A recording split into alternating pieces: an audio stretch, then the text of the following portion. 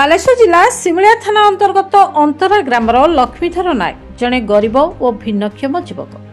से चाली बुली पारुनथिबार खबर विधायकों निकट में पहुंचवा परे विधायक बालेश्वर जिलापाल सहित आलोचना करी तुरंत गाड़ी जोगाई देवाकू निर्देश देते। आज सिमलिया विधायक पद्मलोचन पंडा अंतरा ग्रामर लक्ष्मीधर नायक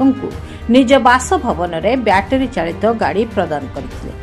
सिमलिया विधायकों सहित सिमलिया ब्लॉक अध्यक्ष बाबाचरण मल्लिक, पूर्वतन अध्यक्ष सूर्यकांत महापात्र, मंडल सभापति अविनाश बेहरा प्रमुख उपस्थित रही।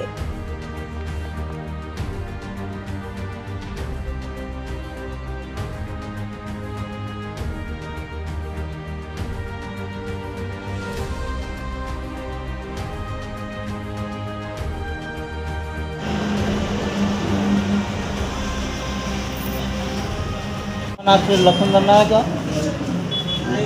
खैरा अंतर्गत अंतरा पंचायत अंतरा जीपीर 7 नंबर वार्ड मु जड़े विकलांग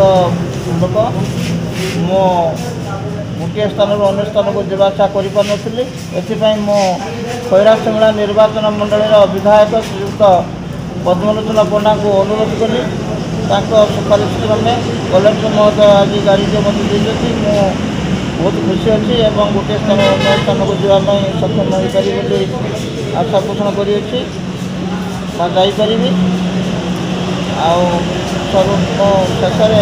विधायक धन्यवाद अर्पण करुच्ची मुख्यमंत्री को धन्यवाद अर्पण करुच्ची। जन टीचर सी व्हील चेयर नाला सी ट्यूशन करने घर बाहर जापर ना बर्तमान माननीय विधायक सिमलिया पद्मलोचन पंडा जे कि तत्वावधान से आज रिक्शा कलेक्टर मध्यम दिया सी बहुत खुशी अच्छा आम भी पंचायत तरफ बहुत खुशी हो रिक्शा पाई से बहुत आनंद बर्तमान अच्छा से रिक्शा पाइले बाहर को जाइए इनकम कर।